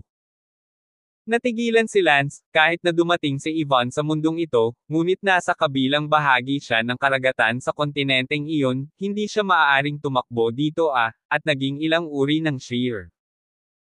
Tiningnan ni Yvonne ang bakas ng dugo sa mga kumot at galit na sinabi, Lance, ikaw na pagong bastard egg. Sige, paano ko malalaman na ikaw iyon, ito ay isang hindi pagkakaunawaan. You've sullied my innocence, can a misunderstanding explain that? So what do you want? We're all from the same hometown? Why make it so unpleasant? You're not too young anyway, you've always been a virgin, you're good for yourself, really. Yeah. Nagngangalit si Yvonne sa galit at umungol, kung hindi dahil sa pagkakakilala ko sa isa't isa, kagigising ko lang at sumigaw, nabasag ka na sa 1,000,000 piraso ngayon. At ganoon pa rin ang tono mo. Sige, salamat. Hindi katakataka na ngayon lang nagising ang nobya ngunit hindi sumigaw, nabigla si Lance nang makitang gising na ang nobya, ngunit nagawang magising si Yvonne, mayroon talaga siyang ilang mga kasanayan, ito chick can't look at her old eyes, hindi ko nga alam kung anong enkwentro niya. Ngumiti si Lance, yan, kamusta ang mukha mo? Nakamaskara ka dati, pero alam kong may nakikita kang buto sa ilalim ng maskara mo. Bakit ko naman sasabihin sa'yo? What's the harm in telling me? Besides, paano ka nakarating dito sa kontinenteng iyon, at paano ka naging sheriff? Hindi ko sasabihin sa'yo. Kung hindi mo sasabihin sa akin, matutulog ulit ako sa iyo. Pagkasabi noon, sumugod si Lance. Bastos ka. Makalipas ang isang oras, tumawa si Lance. Hey Ellie, paano ba yan, sabihin mo sa akin o hindi, gagawin ko ulit. Maglakas loob ka. You see if I dare, you can't beat me anyway. Halika, hindi ko masasabi. Labis na nanlumo si Yvonne, hindi na niya kinaya ang paghihirap ni Lance. Sabihin mo na. Maraming taon na ang nakalilipas, ako ay nasa kontinenteng iyon sa kabila ng karagatan, at nagkataon, sa isang dalampasigan, naligtas ko ang isang hayop sa dagat, ang hayop sa dagat na iyon ay labis na nagpapasalamat sa akin, naging magkaibigan kami, at pagkatapos noon ay hinayaan ko itong dalhin ako sa kabila ng dagat. Karagatan. Gayunpaman, ang karagatan ay napakalaki, at sa kalagitnaan, ang hayop sa dagat ay pinatay ng iba pang mga hayop sa dagat, ang aking mga kaibigan ay patay lahat, at ako ay tumakas sa isang isla ng mag-isa. Akala ko ay matatapos na ang aking buhay, ngunit, hindi ko akalain na may biglang susulpot na lalaki at tinanong niya ako kung ipagpapalit ko siya sa isang bagay. Ang bagay na iyon ay ang maskara sa aking mukha, at kung handa akong makipagpalit sa kanya, ibabalik niya ang aking mukha, at bibigyan din niya ako ng isang maliit na bato na may kung anong espiritual na marka nito, at ilalayo din niya ako sa islang iyon, at kung ito ay tadhana, makikita ko siyang muli pagkatapos ng 200 taon. Pagkatapos, ako, pumunta ka dito? Well, huwag na nating pag-usapan ang hindi kailangan, gamitin mo ang sarili mong imahinasyon. 1359. Tumingin si Lance kay Yvonne na may malalim na pagkunot ng noo. Nahirapan si Lance na paniwalaan na napakaswerte ni Yvonne, ang taong nakilala niya, kung hindi mali si Lance, ay ang taong nakilala ni Lance sa whirlpool ng karagatan. Tanong ni Lance, ang taong nakilala mo, ano ang hitsura niya? Sabi ni Yvonne, hindi ko alam, hindi ko makita ng malinaw ang mukha niya, in short, kakaiba ang pakiramdam. Tumango si Lance sa kanyang ulo, ang taong nakilala ni Lance sa whirlpool ng karagatan noong una, hindi rin niya makita ng malinaw ang kanyang mukha, nakikita niya ang kanyang mukha, ngunit hindi pa rin siya makabuo ng hugis sa kanyang isip, tila ang taong nakilala ni Yvonne ay talagang ang parehong tao.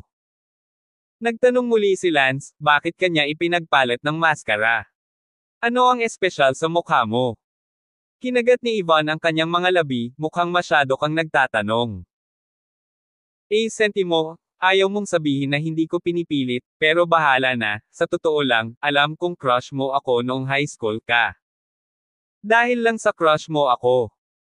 Lagi mo akong pinupuntahan, para lang mapansin ko ng maayos, tama ba ako?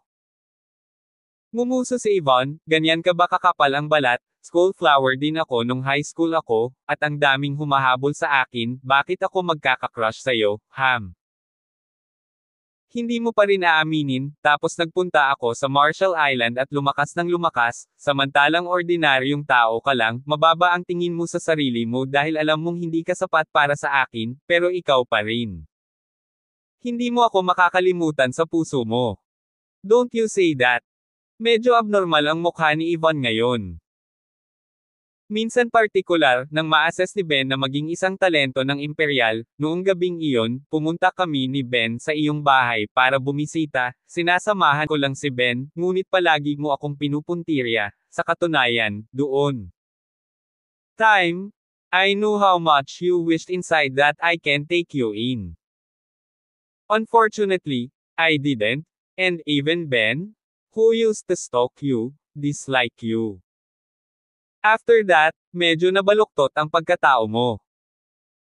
Later on, hindi ko alam kung anong kakaibang engkwentro ang naranasan mo, in short, maswerteng tao ka pa rin, mabilis kang lumakas, kahit si Ben ay hindi kasing galing mo, that time when I got married in Darlington City, dumating ka rin. Pero may napansin akong detalye. Oo, anong detalye? Ayon sa katwiran, bago ka hindi nagustuhan ni Ben, pagkatapos mong maging malakas, dapat ay marahas kang gumanti kay Ben, pero ano, sa Darlington City hindi ka nakatutok kay Ben, kundi sa akin. Nangangahulugan ito na si Ben pinakumbaba kita at sinaktan noong una, wala halos bakas sa puso mo, sa halip, sa puso mo, pinaramdam ko sa'yo na gusto mo akong balikan, lampasan, at pagsisihan, baka yon. Kung ano ang naisip mo noon. Hahaha. Ngumisi si Yvonne, ngunit sa loob ni Yvonne ay walang masabi, si Lance ay nasa kalahating tama. Ngumuso si Yvonne, Lance, hindi ko itinatanggi ang sinabi mo, ngunit saan kaya, hihijitin lang kita at pagsisisihan mo. Oh! Tumawa si Lance at nagtanong, kung hihijitin mo ako, ano ang gusto mo? Patayin mo ako.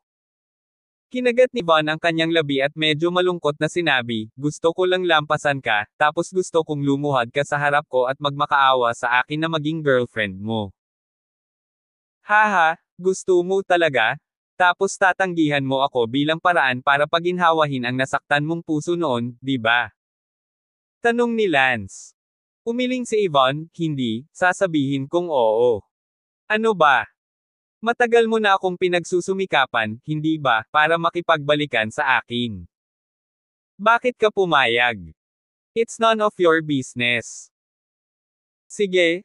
Ang nangyari sa simula ay nakaraan na lahat, noong high school, little sister lang ang nasa puso ko, kahit si Bella at Sally ay halos hindi tinanggap, kaya, ikaw, ang babaeng sira ang utak, noon ako. Hindi man lang nilagay sa puso ko, hinamak pa kita bilang isang babaeng sira ang utak, kaya, binaliwala ko ang pagmamahal na ipinamalas mo sa akin ng sinasadya o hindi sinasadya, ang aking mga aksyon, nakakasakit ng iyong pagpapahalaga sa sarili. Ibang tao ka. Na may mataas na pagpapahalaga sa sarili, ngayon ay humihingi ako ng paumanhin para sa pinsalang ginawa ko sa iyo noon. Kinagat ni Yvonne ang kanyang mga labi at napaluha, na mukhang labis siyang naagrabyado. Pinunasan ni Lance ang kanyang mga luha at ngumiti, huwag kang umiyak, simula ngayon, asawa mo na ako, handa ka bang maging asawa ko? Ngunit napakalungkot ko pa rin sa aking puso, hindi ako mas masama kaysa kay Bella at sa iba pa, bakit hindi mo ako tingnan kahit isang beses? Isipin mo ito sa iyong sarili, kung gusto mo ang isang tao, ngunit ang hindi ka tinitingnan ng ibang tao, at tinatawag kang sira ang utak at isip bata, kung gaano kasakit dapat ang puso mo, pero yung taong yun lang, hindi mo kayang tingnan sa buong buhay mo, itong pang-aapi, kaya mo. Hindi mo maranasan, dahil lagi kang nasa itaas. Sige, humingi na ako ng tawad sa iyo, in the worst case, babayaran kita ng ilang daang milyon. Anong ibig mong sabihin? Hihihi. Ngumiti ng masama si Lance at tinutukan ang dibdib ni Yvonne. Ayoko na. Gulat na sabi ni Yvonne, tinakpan ang kanyang dibdib. Kung ayaw mo, then let bygones be bygones, and live a good life with me from now on. What? You don't want it? Then forget it. Hindi ko naman sinabing ayaw ko.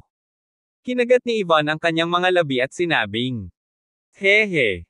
Niyakap ni Lance si Yvonne.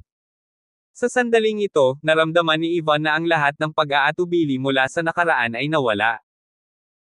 Talagang laging gusto ni Yvonne si Lance, mula pa noong high school, at hindi nagbago. Sa simula, hinamak siya ni Lance, at nag-iisa siyang nagdusa ng pahirap ng walang kapalit na pag-ibig. Pagkatapos noon, hindi na siya karapat-dapat kay Lance, at si Lance ay naging hindi matamo, at nag-enjoy pa rin siya sa paghihirap ng hindi patas ng kapalaran ng mag-isa. Sa wakas, nagkaroon siya ng kakaibang engkwentro, at sa wakas ay naging karapat-dapat siya, ngunit siya ay pumangit at mas pangit kaysa sa isang multo, at ang hindi pagpayag na ito sa tadhana ay nagpangiti sa kanyang pagkatao. Kaya't hindi siya nang ahas na umasa na magugustuhan siya ni Lance, gusto lang niya malampasan siya. Gayunpaman, sa kanyang puso, hindi niya ito nakalimutan. Sa mahigpit na pagsasalita, ang damdamin ni Yvonne para kay Lance ay naging mas tapat, matindi, taos-puso, at nakakasakit ng puso kaysa sa mga kababaihan sa paligid ni Lance. Habang si Lance ay nakahiga sa kama, yakap-yakap ang hubad na si Yvonne sa kanyang mga bisig, ang perpektong katawan ni Yvonne ay mararamdaman kahit sa kanyang katawan lamang. 1,000 paghihirap ang pinagdaanan ni Yvonne upang tuluyang mahulog sa yakap ni Lance, kung hindi siya hahayaang maging masaya, marahil ay hindi ito makikita ng langit. Nakuha ni Yvonne ang lahat ng uri ng kakaibang pagtatagpo sa mga dekada na ito, marahil ay nakita na lamang ng langit na siya ay napakahirap sa isang lalaki, kaya tinulungan siya ng mga ito sa lahat ng paraan upang marating siya kung nasaan siya ngayon. Yvonne, pwede mo bang sabihin sa akin ngayon, anong klaseng kakaibang encounters ang nakuha mo? Tumango si Yvonne at sinabing, nagsimula ang lahat sa maskarang iyon. 1360. Yung maskara. Oo. Noon, ang buong pamilya ko, ay malapit ng i-marginalize ng pamilya. Ang aking lolo ay labis na nalungkot, at nais na pakasalan ako ni Ben. Si Ben ay isang imperial na talento noong panahong iyon. Sa kasamaang palad, si Ben ay tumanggi, kahit na binigyan ko siya bilang isang manliligaw na hindi niya gusto. Naku, nakaramdam lang ako ng matinding pagkawala noong mga oras na iyon, ngunit hindi ako nawala dahil hindi ako nagustuhan ni Ben, ngunit, kahit si Ben ay hindi ako nagustuhan, ikaw, nagparamdam sa akin na mas hindi maabot.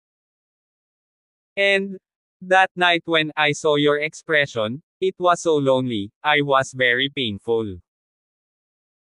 I didn't expect that after so long, you still feel so bad for me.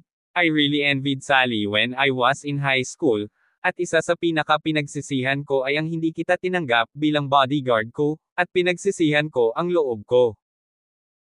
Pagkatapos, tumakas ako sa bahay, at narinig ko na maraming ordinaryong tao ang naghahabol ng pagkakataon sa Woolen Island. Could work there as waiters or something. So, I went to Woolen Island, and I worked as a waiter in a hotel on Woolen Island.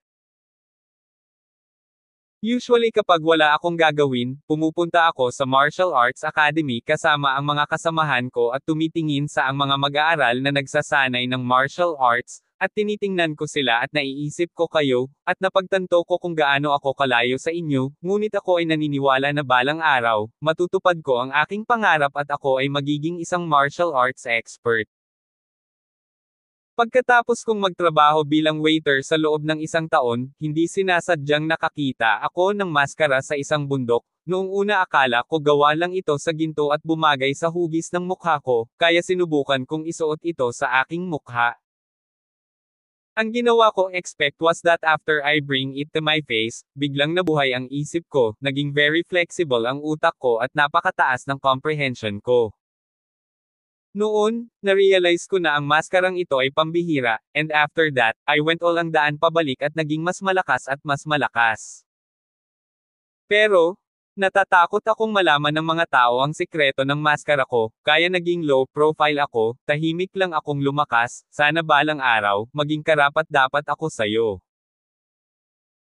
Ngunit, dahan-dahan, napansin ko na kung saan ko isinuot ang aking maskara, ang aking balat ay nagsimulang magka-road palagi. Ako ay nasa sobrang sakit, kailangan kong maging ordinaryo kung hindi ko isusuot ang aking maskara, at ang ordinaryong ay hindi kailanman magiging sapat na mabuti. Para sa'yo. Ayokong maging ordinaryo, gusto kong maging karapat-dapat para sa iyo. Kaya, wala akong pakialam, sinusuot ko ang maskara araw-araw at hindi ko ito hinubad, at pagkatapos ay naabot ko ang Unity Realm Great Perfection, at ako nakatanggap din ako ng balita na magkakaroon ka ng iyong malaking kasal sa Darlington City. Pinuntahan kita ng may nasasabik na puso, ngunit nang pupunta na sana ako sa Darlington City, tinanggal ko ang aking maskara at napagtanto na sa ilalim ng aking maskara, may mga buto na, at kung haborin ko ito, pangit ako sa kaluluwa. Sa sobrang sakit ay iniwan ko ang maskara ko para maging karapat-dapat sa iyo, ngunit nang sa wakas ay naging karapat-dapat ako sa iyo, pangit na ako. Gayunpaman, pumunta pa rin ako sa iyong kasal, sa Darlington City, nakilala kita, ngunit, nakita mo na ako ay naging mas malakas, hindi man lang masaya para sa akin, nagulat lang, walang pagbabago sa iyong damdamin sa akin, ako ay nasa sakit, naghirap ako para maging kung ano ako ngayon para sa'yo, nagsakit ako, nagdusa ako ng sobra, at ginawa mo ako ng ganito, nasasaktan ako sa loob. Kaya, nangako ako na hihijitin kita, gagawin kita lumuhad ka sa harap ko balang araw sa hinaharap at pilitin kang magpakasal sa isang pangit na babae. Pero, hindi ko ine-expect na after I came to this world, nasagasaan ko yung strongman na yun, baka na-discover niya na extraordinary pala yung mask ko, so, nag-offer siya na makipag-trade sa akin, hindi ko daw makontrol ang maskara sa sandaling ito, at kung ipagpapatuloy ko ito, ang aking buong ulo ay maaaring maging isang kalansay.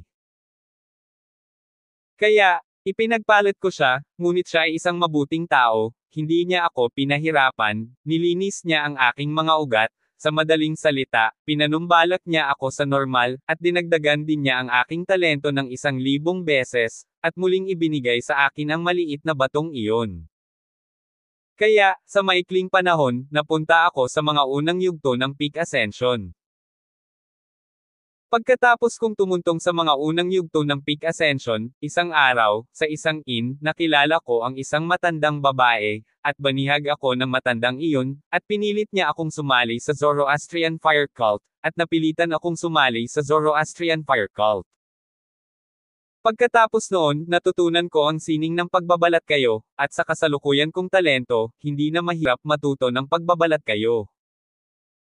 Pagkatapos, sinimulan kong isagawa ang aking misyon, at ilang taon na ang nakalipas, nakapasok ako sa palasyo at pinatay si Prinsesa Isabel, pagkatapos which, I became a county master. The reason why I became a county master was because the father of my identity is a spy of the Zoroastrians. The reason why I married Yuan B, it's because I have to carry out a mission. Anong misyon? Patayin si Yuan B at I-frame ang Lonely Soul Organization, at pagkatapos ay maaari akong maging miyembro ng Yuan clan ng mahabang panahon bilang byuda ni Yuan B. Paano mo napatay si Gen B? May cartilage ako dito, at iniisip ni Gen B na asawa niya ako at walang panlaban, kaya siguradong tamaan ako. Ha. Sinabi ni Lan sa kanyang puso, talagang baluktot ang kwentong ito. Marahil, maalamat din ang karanasan ni Ivan. Kaya ngayong naibunyag mo na sa akin ang lahat, hindi ka na natatakot sa Zoroastrianism. You're betraying the Zoroastrians. Natawa si Ivan, pagta-trader iyon, dahil, para sa iyo, wala iyon. Ngunit, tiyak na binigyan ka ng Zoroastrian Church ng ilang uri ng tableta, tama? Kinakabahang tanong ni Lance. Oo, kung ipagkanulo mo ang mga Zoroastrian, kapag nahanap ka nila, maaari silang gumawa ng medicinal trigger, at ang kailangan ko lang gawin ay amuyin ang pabango na iyon at makihalubilo sa mga tabletang ininom ko noon sa aking katawan, at mamamatay ako. Kung gayon napakatanga mo pa rin, pinagtaksilan ang mga Zoroastrian. Walang pakialam nang umiti si Ivan, hindi ako natatakot dahil sulit ito, at bukod pa, kung hindi ako matagpuan ng Zoroastrianism, ayos lang ako. Paano kung matagpuan ako? Kung gayon wala akong pinagsisisihan, dahil, sa wakas ay kasama na kita. Lance, maaari mo bang sabihin sa akin na talagang gusto mo ako ngayon? Gusto talaga. It's really not sympathy, or because you accidentally slept with me. Hindi naman, kahit hindi pa ako natulog sa'yo, I was going to marry you this time. Bakit? Na-touch kasi ako sa dedikasyon mo. Sabi ko kasi kaya alam mo, kung hindi paano mo malalaman na may ibang tao sa mundo na tahimik na lumalaban para sa'yo. Hindi, actually matagal ko na itong naramdaman, akala ko lang dati sapat na ang mga babae ko. Ivan, huwag kang mag-alala, paprotektahan kita, kahit na mahanap ka ng mga Zoroastrian, hindi ko hahayaang saktan kanila. Mapait na tumawa si Ivan, imposible, ang Zoroastrianism ay mas makapangyarihan kaysa sa iyong maiisip, may mga nagtaksil sa nakaraan, kung gaano sila kalungkot, nakita ko ito ng sarili kong mga mata. Lance, handa na talaga akong mamatay, ang aking intuition ay nagsasabi sa akin na hindi ako dapat mabuhay ng matagal, ang Zoroastrianismo ay hinding-hindi ako pakakawalan, ngunit ako, gayunpaman, ay handa akong ipagkanulo para sa iyo, wala akong pakialam kung ang langit ay mananatiling magpakailanman. Yvonne, huwag kang magsalita ng ganyan, trust me, hindi ka posibleng mamatay. Bahagyang ngumiti si Yvonne, ngunit sa loob-loob niya, alam niya na tiyak na hindi siya mabubuhay ng matagal, ngunit hindi niya ito pinagsisihan.